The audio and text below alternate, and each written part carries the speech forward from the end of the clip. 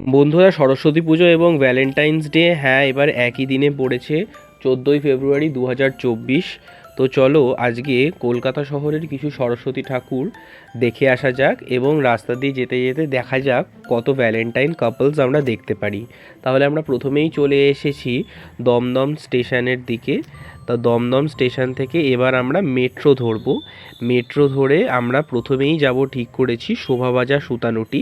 তো দেখা যাক আমাদের যাত্রাটা কেমন হয়। তাহলে এই ভিড় পথের মধ্যে দিয়ে আমরা হেঁটে চলেছি এবং এবার দমদম মেট্রো স্টেশনের দিকে। মেট্রো স্টেশনে যেতে না যেতেই দেখতে পাচ্ছ কী ভিড় বাবা! মানে সরস্বতী পুজো এবং ভ্যালেন্টাইন্স ডে দুটো অকেশন একই সাথে পড়ে গেলে যা হয় সেরকমই একটা ব্যাপার। তো কোনোভাবে আমরা এবার পাঞ্চ ইন করে আমরা চলে গেছি মেট্রো ট্রেনের মধ্যে। দেখছো সবাই কেমন দৌড়াদৌড়ি করে উঠছে, তবে এই ভদ্রলোক ওঠার আগেই দরজাটা যেন বন্ধ হয়ে গেল। তারপরে এবার শোভাবাজার সুতানুটিতে আমরা নেমে পড়েছি। তো দেখতেই পাচ্ছ কত লোকজন। সাধারণত এত লোকজন দেখা যায় না এই সময়, তবে আজকে 14ই ফেব্রুয়ারি দুটো অকেশন একসাথে পড়াতেই এত লোক। তো এখান দিয়ে কাপলসদের দেখতে দেখতে আমরা এবার দেখতে চলে যাব আমাদের সরস্বতী ঠাকুর। সরস্বতী ঠাকুর এখানে খুব হাঁটা পথেই 5 মিনিট দূরত্বেই খুব ভালো ভালো সরস্বতী ঠাকুর করেছে।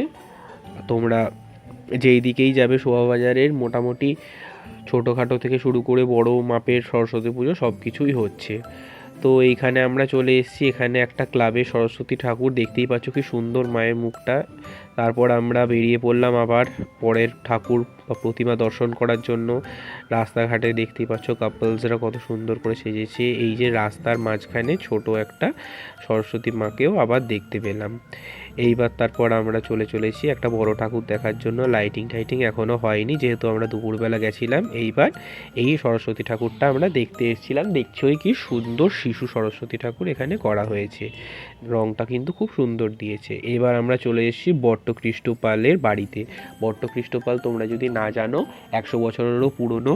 এরা ওষুধের দোকানদারি, ওষুধের ব্যবসাদার। এবার এখানে হোলসেলে পুরো ওষুধ বিক্রি হয়। কি বড় দোকান দেখতে পাচ্ছ। দোকানের ভেতরটা অবশ্যই অন্ধকার ছিল, লাইট টাইট চালানো ছিল না। এই যে সবই ওষুধের আলমারি ইত্যাদি। এর ভেতর দিয়ে গিয়েই ওনাদের বাড়ি। এই বাড়ির দালান এরিয়ার মধ্যেই ওই যে সরস্বতী ঠাকুর কাচের ঘরের মধ্যে, এবং এটা একটা দালানে জাস্ট বসার ঘর জায়গা। তো এইবার চলো তোমাদের সরস্বতী মায়ের মূর্তিটা এবং মুখটা ভালো করে সুন্দর করে দর্শন করিয়ে আনি সামনে থেকে। দেখতেই পাচ্ছ কি সুন্দর আয়োজন এবং কি সুন্দর করে সাজানো সরস্বতী ঠাকুরটা। তো এইটা দেখেই আমরা এবার চলেছি আমাদের পরবর্তী গন্তব্যস্থানে, সেটা হচ্ছে হলো টালা প্রত্যয়।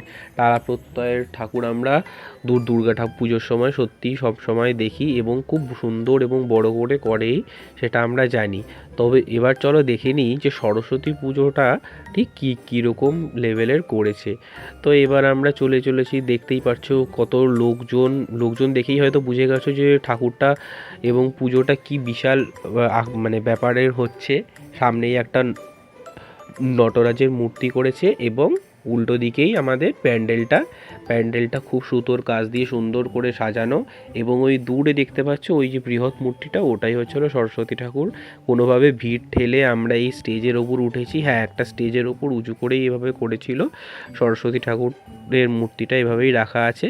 তারপর আমরা সবার মাঝখান দিয়ে, কাপলসদের মাঝখান দিয়ে আমরা এগোতে সরস্বতী ঠাকুরের দিকে যাচ্ছি।